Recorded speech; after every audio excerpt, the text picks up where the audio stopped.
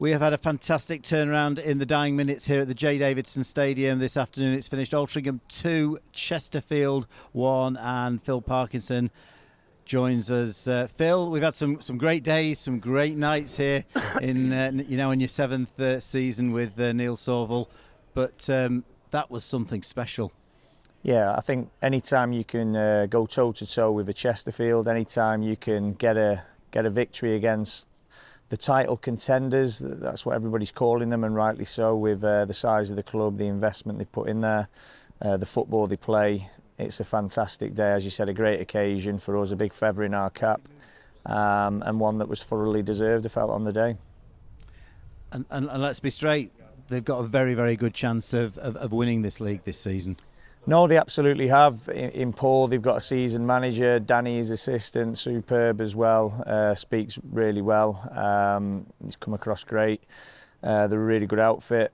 But ultimately, that's where we want to be. You're seeing two teams who play the same shape, generally, have similar philosophies of football. I think you could see that.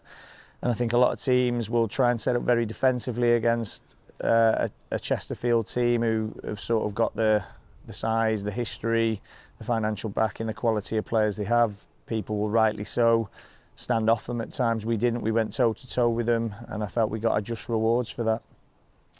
We've conceded another goal from a corner, and it was a bad goal. We shouldn't leave Jamie Grimes unmarked. I don't know if he was unmarked or not. I mean, even if he's marked, if he gets that clean of a header, it's difficult to stop. But I keep saying to you, don't I? They've scored a lot of set pieces this time, to be fair, so we knew that they'd be good at it, and we tried to set up as well as we could. But you can see, without us playing a third centre-half, we're not as big. But you could see the way that we played, we stuck with it, and first half, they were on top. There's no getting away from it. They had the territory. I don't think there was much goal-mouth action, to be honest. I don't remember Ethan having much to do, or their keeper.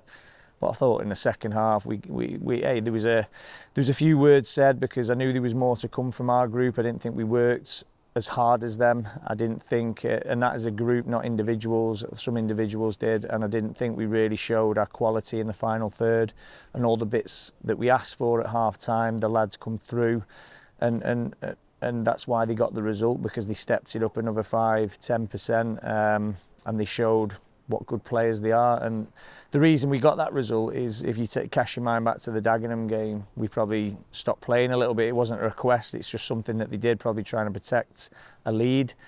You can't do that in this division. You've got to keep playing the way that you play. And when 5 minutes was left, that's why we got the winning goal, because we carried on doing what we did. We didn't just settle for it, we didn't allow them to come on to us. And we never asked the lads to do that, but that's just a natural default for footballers. At times they'll sit deeper, they'll try and protect what they've got.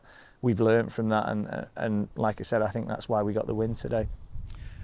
We've slowly wrestled control of the game away from Chesterfield as the second half has worn on, and you could sense that something good was going to happen. But when it did, what a strike from Dior Angus, and what a brilliant assist from Justin Amaluzor.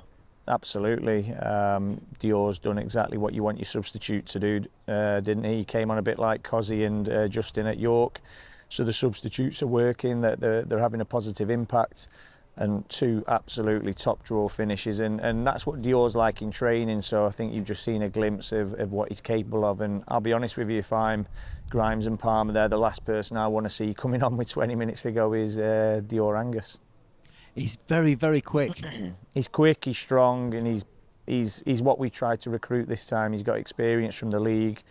He knows how to win games. He knows how to get promotions with Barrow. And you know what? He's an absolute diamond of a lad as well, because he could have come in with a big time attitude with where he's been. He's not. He's been humble. He's waited his time. He's supported Regan in particular. He's been your classic teammate, the one that you absolutely want in your squad.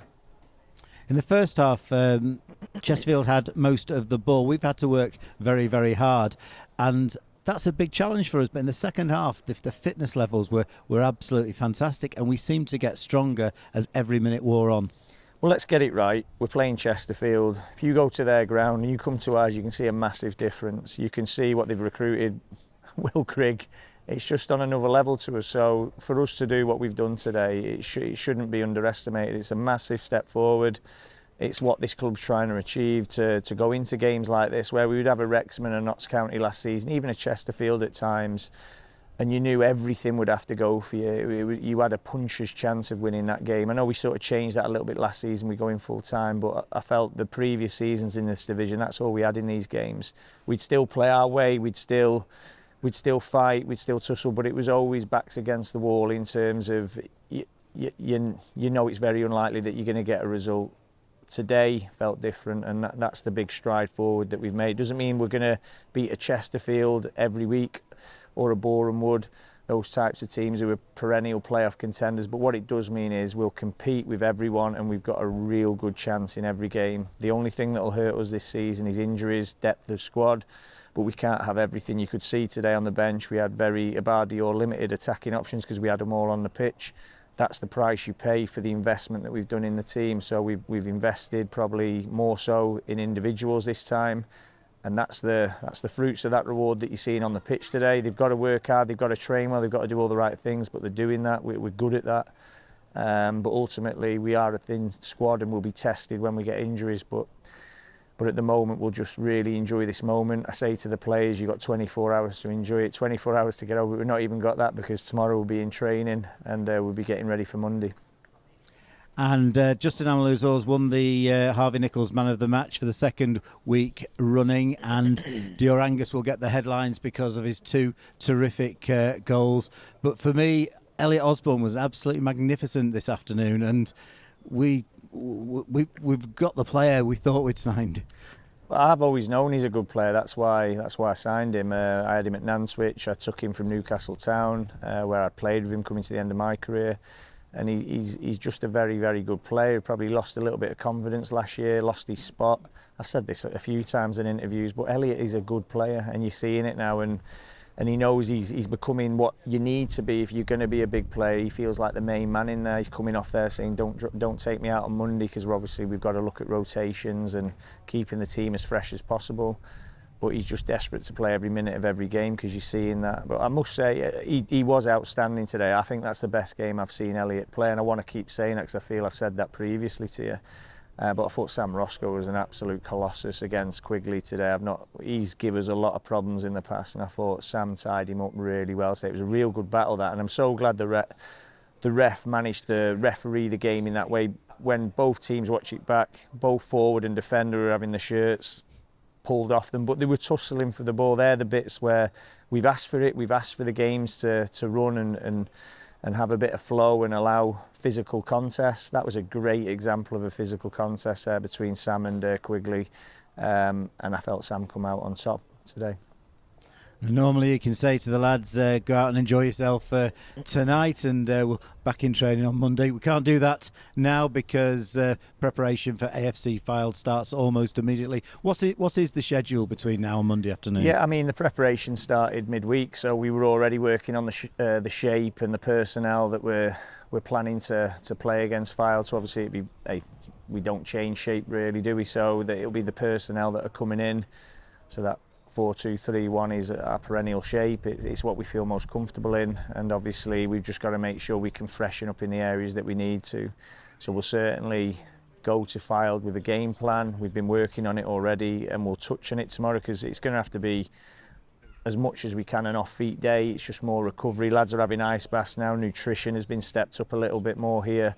There's loads of things we need to improve on, but we're trying the best we can with the resources that we can to give our lads the best chance in every game to be the best version of themselves, perform to the highest standard, and to get us results like what we got today. And both Chesterfield and ourselves have got a slight advantage in that our opponents on Monday, Hartlepool and AFC Fylde, are playing in the late game. It's only a few hours difference, but that might make it a little bit of a difference on Monday. I suppose so, but yeah, I think for Hartlepool they've got to travel to Chesterfield, have they? So it's even probably worse. Then we've got to travel to Fylde. So although it's not a southern trip, it's still an hour and a half for some of our players on the coach or the bus. In the cars.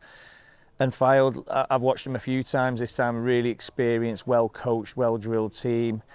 A bit like ourselves, that they'll stick to the shape and the principles that they like to incorporate. And they've got some really good players. I mean, everyone can see what a top player Nick Orton's been up previously because we're from the Northwest. He's a Northwest-based player, and the goal he scored against Wheelstone the other week was out of this world. So we know we're going to have to be on our mettle. We know what their strengths and weaknesses are. They'll know ours as well, because like I said, they're well coached. It's a big club, Fylde, and we'll have to be absolutely 100% on our game to get anything away from home. So it's a massive result for us today. I want us to enjoy it, but ultimately we've got to refocus, because football's a grueling game, and we've got to be ready to go again for Monday, because if we churn out anything less than what you've seen there performance-wise, our fans won't accept it, and rightly so. But we've got to remember we're not a massive squad, and it'll take a lot for our lads to get through this weekend, but they'll give it everything, and hopefully we can get another positive result. So the team will be recovering tomorrow. Alty fans need to respond on Monday, 3 p.m. kickoff up on the Fylde coast, and we take on AFC Fylde. It's going to be a tough encounter. Get yourself there, cheer the lads on, because it really will make a difference. Phil, thanks very much for joining us this afternoon. That's been a really sensational win. Thank you.